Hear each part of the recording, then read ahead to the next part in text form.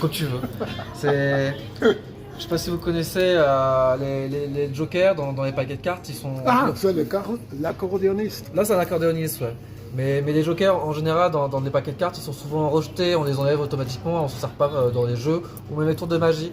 Et à force, les jokers ils en ont eu un peu marre, ils ont voulu changer de carrière et ils se sont mis à faire de la musique. Donc on peut voir qu'on a plein de jokers qui est un vrai orchestre, on a un accordéoniste, un batteur, un saxophoniste, ils sont tous différents et variés. Et ils ont voulu participer à un peu à un télécrochet, un peu comme Incroyable Talent ou The Voice. Et donc dans ce genre d'émission, il y a des épreuves et des éliminations. Donc sur les cartes, on peut les mélanger un petit peu comme ceci. Hop. Je vais faire passer les cartes comme ça. Et quand vous voulez, vous me stop à n'importe quel moment. Stop. Stop ici. Alors celles-là, elles sont éliminées. Et maintenant, il ne reste plus que 4 cartes. Okay, sur ces 4 cartes, vous pouvez mettre par exemple sur ces 2 cartes-là, qu'est-ce que vous préférez? Il y en a une que vous voulez jeter, une que vous voulez garder. Celle-là on garde, celle-là on jette, ou l'inverse? D'accord, C'est bon trompettiste. Ok. Ouais.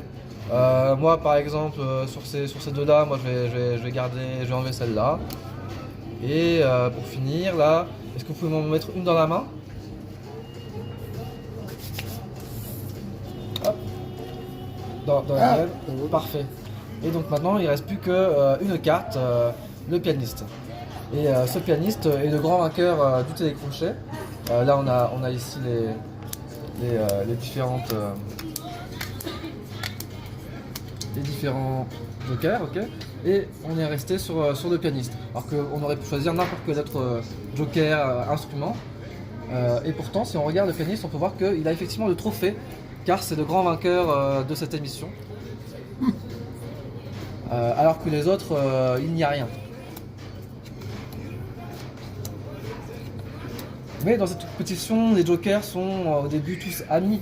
Et donc il n'y a aucune amiosité le fait que le pianiste soit le vainqueur. Et d'ailleurs, ils se sont tous concertés auparavant. Et ils savaient déjà que le pianiste allait gagner le trophée. Car si on regarde, ils sont tous en harmonie.